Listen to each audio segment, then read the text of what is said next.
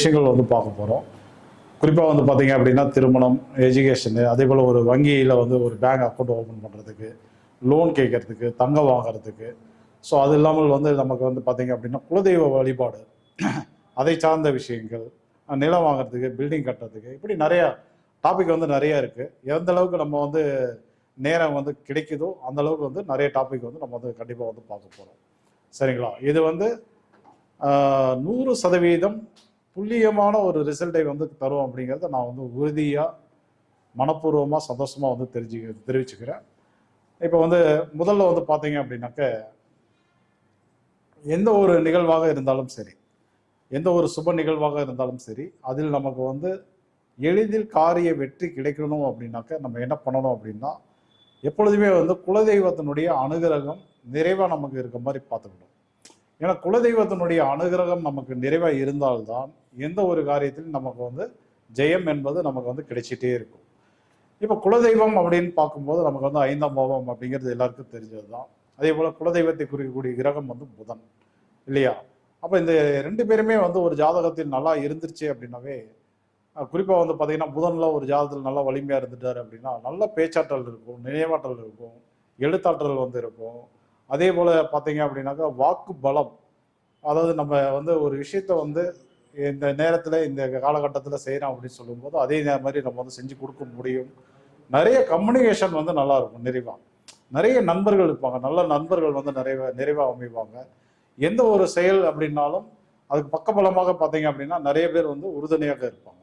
So அந்த அளவுக்கு வந்து குலதெய்வத்தினுடைய அனுகிரகம் நல்லா இருந்தது அப்படின்னா எல்லாமே நமக்கு வந்து நிறைவாகவே இருக்கும். குலதெய்வத்தினுடைய அனுகிரகம் பாதிக்கப்பட்டால் எல்லா விஷயங்களையுமே காரிய தடைகள் என்பது உருவாயிட்டே இருக்கும். அது திருமணமாக இருந்தாலும் சரி, குழந்தை பிறப்பாக இருந்தாலும் சரி, ஒரு தொழிலாக இருந்தாலும் சரி, வேலை வாய்ப்பு, எஜுகேஷனு, ஸோ எல்லாத்துலேயும் பார்த்தீங்க அப்படின்னா ஒரு வித பாதிப்புகள் என்பது தொடர்ந்து நம்மளை பின்தொடர்ந்துகிட்டே இருக்கும். ஸோ அதனால தான் வந்து குலதெய்வ வழிபாடு என்பது ரொம்ப ரொம்ப முக்கியம் அப்படின்ட்டு நம்ம முன்னோர்கள் வந்து நமக்கு வந்து ஒரு அற்புதமான விஷயத்தை வந்து கொடுத்துட்டு போயிருக்காங்க. இப்போ குலதெய்வ வழிபாடு எப்பொழுது செய்தால் நல்லது அப்படின்னு ஒரு கேள்வி வரும்போது, குலதெய்வம் தானங்கய்யா, நம்ம குலதெய்வம் நமக்கு வந்து நம்மளுடைய காவல் தெய்வம், நம்ம குடும்பத்தை சார்ந்தது, நம்மளுடைய முன்னோர்களை தான் நம்ம வந்து குலதெய்வம்னு சொல்கிறோம்.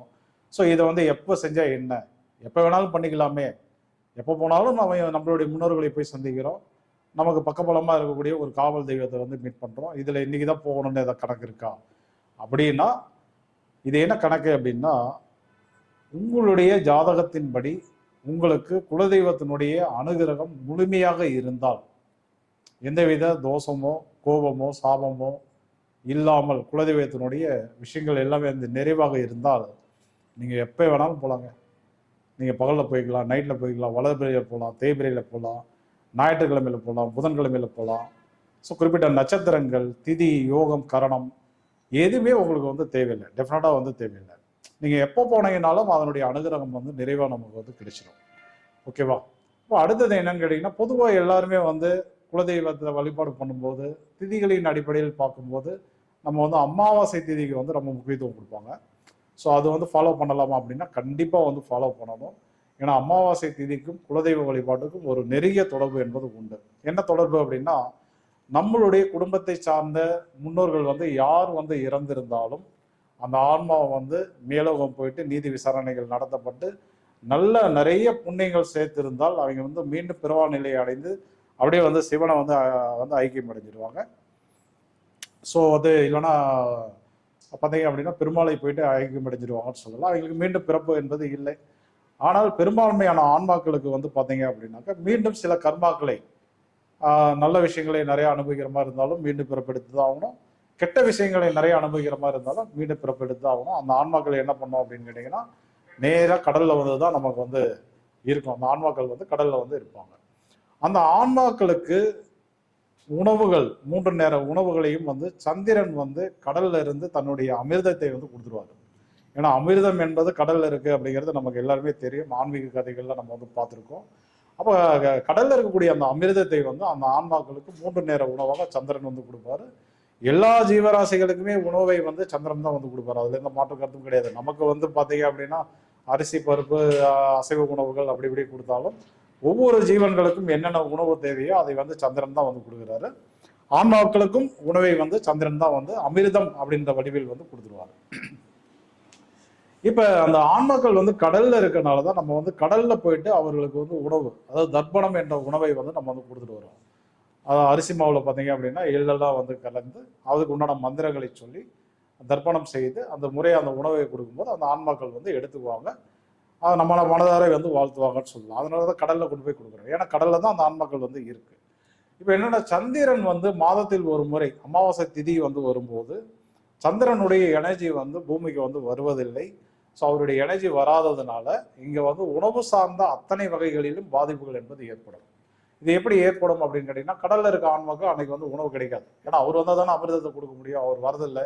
அதனால அவங்களுக்கு வந்து உணவு வந்து கிடையாது. நமக்கு வந்து என்னன்னு கேட்டீங்கன்னா, முன்னோர்கள் வந்து என்ன சொல்லியிருக்காங்கன்னா, அமாவாசை அன்று முடிந்தாலும் வந்து விரதம் இருங்க. ஒரு இலகு ரக உணவுகளை வந்து எளிதில் ஜீரணமாகக்கூடிய உணவுகளை வந்து எடுத்துக்கோங்க. லிக்விட் ஐட்டமாக எடுத்துக்கோங்க. ஸோ அப்படிதான் சொல்லியிருக்காங்களே ஒழிய கடினமான உணவுகளெல்லாம் வந்து எடுக்காதீங்க. அதே போல் அமாவாசை அன்று சந்திரனுடைய எனர்ஜி வந்து பூமிக்கு வராததுனால முக்கியமான முடிவுகள் எதுவும் எடுக்காதீங்க. ஏன்னா சந்திரன் தான் வந்து மனதுக்கு உண்டான கிரகம் இல்லையா. முக்கியமான முடிவுகள் எதுவுமே எடுக்காதீங்க. ஏன்னா அன்னைக்கு வந்து மனம் வந்து தடுமாறும். அந்த செயல்கள் எல்லாமே வந்து தவறாக அமைவதற்கு வாய்ப்புகள் உண்டு அப்படி சொல்லியிருக்காங்க. அதே போல முன்னோர்கள் என்ன சொல்லியிருக்காங்கன்னா, குலதெய்வ வழிபாட்டை வந்து பண்ணுங்க. முன்னோர்களுக்கு ஒரு படையலிடுங்க. படையலிட்டு அவங்க நினைச்சு வழிபாடு பண்ணிட்டு அந்த உணவை கொண்டு போய் காகத்துக்கு வந்து வைக்கலாம் அப்படின்னு சொல்லி நமக்கு வந்து அறிவித்திருக்காங்க. என்ன காரணம் அப்படின்னா, நம்மளுடைய முன்னோர்கள் வந்து கடல்ல இருக்காங்க இல்லையா, அவங்களுக்கு வந்து அன்னைக்கு வந்து சந்திரன் வந்து வராதனால அமாவாசையில வந்து உணவு வந்து கிடைக்காது. ஸோ அவங்க வந்து என்னன்னு கேட்டீங்கன்னா, அன்றைக்கு அவங்களுடைய பசியை தீர்த்து கொள்வதற்காக நம்மளுடைய குலதெய்வ கோயில் வரை வருவதற்கு உண்டான வாய்ப்புகள் வந்து அவங்களுக்கு உண்டு. குலதெய்வ கோயிலுக்கு வரலாம். நம்ம வீட்டில் வந்து ஒரு படையல் போட்டு அவங்க நினைச்சு வழிபாடு பண்ணோம் அப்படின்னா அந்த வீடுகளுக்கும் வந்து வருவாங்க அவங்க. ஓகேவா? இப்போ வந்து அது இந்த கான்செப்ட் தான் வந்து அமாவாசை அன்னைக்கு நம்ம வந்து படையல் போடுறது. குலதெய்வ கோயிலில் போய் நம்ம வழிபாடு பண்ணும்போது தேங்காய் பழம் ஒடிச்சோ அல்லது ஒரு பொங்கல் வச்சோ வழிபாடுகள் பண்ணும்போது முன்னோர்களுடைய ஆன்மாவும் அங்கே வந்துட்டு அந்த உணவை வந்து நிறைவாக வந்து சாப்பிட்டு போவாங்க. அப்படி வந்து நம்ம வந்து பண்ணும்போது அவர்கள் செய்த புண்ணியங்கள் வந்து நிறைவாக நமக்கு வந்து கிடைக்கும். ஸோ இதையெல்லாம் நம்ம வந்து பண்ணலை அப்படின்னாக்க ஸோ அவர்கள் செய்த புண்ணியம் வந்து நமக்கு வந்து நிறைவாக கிடைக்காது. அதை பார்த்துக்கோங்க. எப்பொழுதுமே வந்து அமாவாசையில் வந்து வீட்டில் படையலாம் அல்லது வந்து குலதெய்வ கோயிலுக்கு வந்து போயிட்டு வரலாம். அல்லது வருடத்துக்கு ஒரு முறை 2 முறையாவது கடலில் போயிட்டு நேரில் வந்து தர்ப்பணம் வந்து கொடுத்தே தீரணும். ஸோ அதெல்லாம் செய்யும்போது தான் வந்து நம்ம முன்னோர்களுடைய கடமையை வந்து கரெக்டாக செஞ்சதாக அர்த்தம். அதே போல் அவங்களுடைய புண்ணியங்களும் நமக்கு வந்து நிறைவாக வந்து கிடைக்கும். ரைட்டுங்களா? ரைட். இப்போ வந்து இதெல்லாம் வந்து குலதெய்வம் என்பது நல்லா இருக்கக்கூடிய ஒரு நபர்கள் வந்து செய்யக்கூடிய விஷயம். இதெல்லாம் கரெக்டாக பண்ணிடுவாங்க. அவங்களாம் பர்ஃபெக்டாக இதெல்லாம் வந்து அவங்களுக்கு வந்து நடந்துகிட்டே இருக்கும். இப்போ ஒரு சிலருக்கு என்ன நடக்கும் அப்படின்னா, குலதெய்வத்தினுடைய சாபம் என்பது இருக்கும். சாபம், கோபம் இதெல்லாம் வந்து இருக்குது. என்ன காரணம் அப்படின்னா, நம்மளுடைய முன்னோர்கள் குலதெய்வ கோயிலுக்கே வந்து சரியா வந்து போயிருக்க மாட்டாங்க. அல்லது வந்து பார்த்தீங்க அப்படின்னா அதை ஏதாவது குறை சொல்றது, அல்லது அதில் இருக்கக்கூடிய பொன் பொருள், பணம், அதில் வந்து பார்த்தீங்கன்னா சொத்துக்கள், அதில் ஏதாவது வந்து தவறுகள் வந்து செய்து அதனுடைய கோபத்தை வந்து சம்பாதிச்சுக்கிறது. ஸோ இப்படி ஏதாவது ஒரு வகையில் பார்த்தீங்கன்னா குலதெய்வத்தை வந்து அவங்க வந்து பார்த்தீங்க அப்படின்னா கோபப்படுத்தியிருப்பாங்க. ஸோ அது வந்து என்ன ஆகும்னா, நம்மளுடைய ஜாதகத்தில் நம்மளுடைய 5ஆம் பாவத்தில் அமர்ந்த கிரகம் அல்லது 5ஆம் இட அதிபதியின் மூலமாக அல்லது குலதெய்வத்தை குறிக்கக்கூடிய புதன் அப்படின்ற கிரகத்தின் மூலமாக நம்ம ஜாதகத்தில் பார்த்தீங்க அப்படின்னா கெடுபலனை தரக்கூடிய நிலையில் அமர்ந்து இது வந்து பாதிப்பை வந்து கொடுத்துட்டே இருக்கும். நமக்கு குலதெய்வத்தினுடைய அனுகிரகமாக கிடைக்கவே கிடைக்காது. இதை எப்படி நம்ம வந்து தெரிஞ்சுக்கலாம் அப்படின்னா, நம்ம வந்து குலதெய்வ கோவில்களுக்கு போகும்போது ஒரு வித தடைகள் என்பது உருவாகும். குலதெய்வ கோவில்களுக்கு வந்து கிளம்பும் போது ஒரு வித தடைகள் என்பது குலதெய்வ கோவில் போகலான்னு நினைப்போம், ஆனால் வந்து போக மாட்டோம். ஏதோ ஒரு சோம்பேறி தரத்தினால இல்லை அப்புறம் போகலாம், அன்னைக்கு அடுத்த வாரத்தில் போகலாம், அடுத்த மாதத்தில் போகலாம் அப்படி சொல்லி ஏதாவது ஒரு வகையில் வந்து நம்ம வந்து அதை வந்து தள்ளி வச்சுக்கிட்டே இருப்போம். ஒரு சிலருக்கு என்ன நடக்கும் அப்படின்னா, குலதெய்வ கோவிலுக்கு கிளம்பினாலே வந்து வண்டி பஞ்சர் ஆகிறது, இல்லைன்னா வண்டியை வந்து இடிச்சிடுறது, வண்டி ரிப்பேர் ஆகி நிற்கிறது, அந்த மாதிரி தடங்கள் வந்து வந்துகிட்டே இருக்கும். ஒரு சிலருக்கு வந்து பார்த்தீங்க அப்படின்னா, கோவிலுக்கு போயிட்டு வந்தாவே வீட்டில் வந்து கஷ்டங்கள் வந்து அதிகமாகிடும். பண கஷ்டங்கள் அதிகமாகிறது, நோய் நொடிகள் அதிகமாகிறது, சண்டை வந்துகிட்டே இருக்கிறது. இப்படி வந்து பார்த்தீங்க அப்படின்னா நிறைய பிரச்சனைகள் என்பது உருவாகும். நான் நிறைய ஜாதகம் பார்க்கறதுனால ஒவ்வொருத்தரும் ஒவ்வொரு கதையை வந்து சொல்லிகிட்டே இருப்பாங்க. சார், நாங்களாம் குலதெய்வ கோயிலுக்கு போகணும்னு எங்களுக்கு ஆசையாக இருக்குது, நாங்கள் ப்ராப்பராக வந்து போகிறோம், ஆனால் போனால் இவ்வளோ பிரச்சனைகள் எங்களுக்கு வந்து இருக்குது, இதை நாங்கள் என்ன பண்ணுறதுன்னே எங்களுக்கு புரியல. வந்து இல்லைம்மா, நம்ம வந்து குலதெய்வ வழிபாடு முக்கியம் அப்படின்னாலும் அப்போ இதுக்கெல்லாம் என்ன தீர்வு அப்படி சொல்லி நம்ம வந்து கேட்குறாங்க. அப்போ அவங்க என்ன பண்ணணும் அப்படின்னு கேட்டீங்கன்னாக்க, இப்படி யார் யாருக்கெல்லாம் வந்து குலதெய்வத்தினால வந்து பாதிப்புகள் இருக்கோ, அவங்களுடைய கோபம் சாபம் இதெல்லாம் வந்து இருக்கோ, அவங்களாம் நீங்கள் என்ன பண்ணணும் அப்படின்னா, அதை சரி செய்வதற்கு முதல்ல நீங்கள் என்ன பண்ணணும் அப்படின்னா, கண்டினியூவாக வந்து குலதெய்வ கோயிலுக்கு போகணும். போகாமல் இருந்துடக்கூடாது. போக போக தான் வந்து அவங்களுடைய கோபம் வந்து மாறும். நமக்கு போகாமையே இருந்துட்டீங்க அப்படின்னா இன்னும் வந்து பிரச்சனைகள் வந்து நாளுக்கு நாள் வந்து வளர்ந்துட்டே வரும்போடைய அது கம்மியாக போகிறது கிடையாது. கண்டிப்பாக வந்து குலதெய்வ கோயிலுக்கு போகணும். ஆனால் நம்ம போகணும், அதனுடைய அனுகிரகமும் கிடைக்கணும், கோபமும் வந்து குறைஞ்சிக்கணும், சாபமும் நிவர்த்தி அடையணும். ஆனால் இத்தனையும் ஒரே நேரத்தில் நடக்கும். அப்போ என்ன பண்ணணும் அப்படின்னு கேட்டீங்கன்னா, நம்ம வந்து நினைச்ச நேரத்தில் வந்து குலதெய்வ கோயிலுக்கு வந்து போகாமல் நம்ம என்ன பண்ணணும் அப்படின்னா, நித்திய நாமயோகங்கள் அப்படிங்கிறது மொத்தம் வந்து பார்த்தீங்கன்னா 27 நித்திய நாமயோகங்கள் வந்து இருக்கு. கரெக்டுங்களா? மொத்தம் வந்து 27 நித்திய நாமயோகங்கள் வந்து இருக்கு. அந்த 27 நித்திய நாமயோகங்கள்ல குறிப்பாக ஒரு 3 நாமயோகங்கள் வந்து குலதெய்வத்தினுடைய அனுகிரகத்தை அதிகமாக தரக்கூடிய ஒரு நாமயோகம். அதே போல அதுல இருக்கக்கூடிய சாப நிவர்த்தியை தரக்கூடிய ஒரு நாமயோகமா நம்ம வந்து எடுத்துக்கலாம். அது யார் அப்படின்னு பார்க்கும்போது பிரீத்தி, விருத்தி, சிவம். இந்த 3 நாமயோகங்கள் தான் அவ்வளவு சக்தி வாய்ந்த ஒரு நாமயோகம். கரெக்டுங்களா? மீண்டும் ஒரு முறை சொல்றேன்.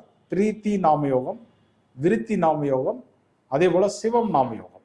இந்த 3 நாமயோகத்துக்கு மட்டும் அந்த குலதெய்வத்தினுடைய கோபத்தை குறைக்கக்கூடிய ஒரு ஆற்றலும், சாபத்தை நிவர்த்தி செய்து தரக்கூடிய ஒரு ஆற்றலும் நிச்சயமாக வந்து உண்டு. ஏன்னா இந்த மண்ணில் நடக்கக்கூடிய அத்தனை யோகங்களும், அத்தனை நல்ல நல்ல நிகழ்வுகளும் எல்லாமே வந்து ஒரு ஜாதகர் பிறந்த திதி நித்திய நாம யோகம் கரணத்தை சார்ந்துதான் வந்து இயங்கிட்டு இருக்கு. அதுல எந்த மாற்று கருத்தும் கிடையாது. ஒவ்வொரு நாளும் நடக்கக்கூடிய நிகழ்வுகள் கூட அன்றைக்கு உரிய திதி நித்திய நாம யோகம் கரணத்தின் அடிப்படையில தான் நடக்கும். சரிங்களா? அப்ப நீங்க என்ன பண்ணணும் அப்படின்னா, பிரீத்தி, விருத்தி, சிவம் நாமயோகம் நடைமுறையில் இருக்கும்போது குலதெய்வ கோயிலுக்கு போகணும். அப்படி இல்லை அப்படின்னா நீங்க என்ன பண்ணலாம் அப்படின்னா, கிம்சுகுண கரணம், கரணங்கள் மொத்தம் 11 கரணங்கள் இருக்கு. இந்த 11 கரணங்களில் வந்து கிம்சுகுணம் கரணம் நடைமுறையில் இருக்கும்போது நீங்க குலதெய்வ வழிபாட்டை எடுத்தீங்க அப்படின்னாலும் நிச்சயமாக அதனுடைய கோபம் வந்து குறைஞ்சிரும்னு சொல்லலாம். கரெக்டுங்களா? அதனால வந்து நீங்க இதை வந்து கரெக்டா வந்து ஃபாலோ பண்ணிக்கோங்க.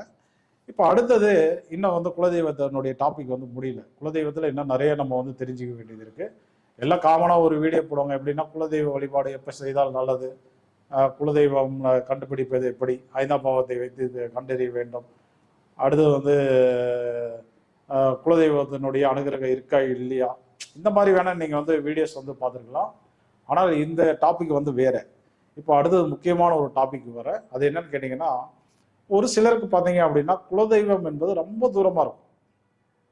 ஒரு 200 கிலோமீட்டர் 500 கிலோமீட்டர் அல்லது வந்து பார்த்தீங்க அப்படின்னா வெளிநாடுகளில் வந்து இருப்பாங்க. குலதெய்வம் என்பது இங்கே தமிழ்நாட்டிலேயோ ஆந்திராலேயோ கர்நாடகாலேயோ இருக்கும்.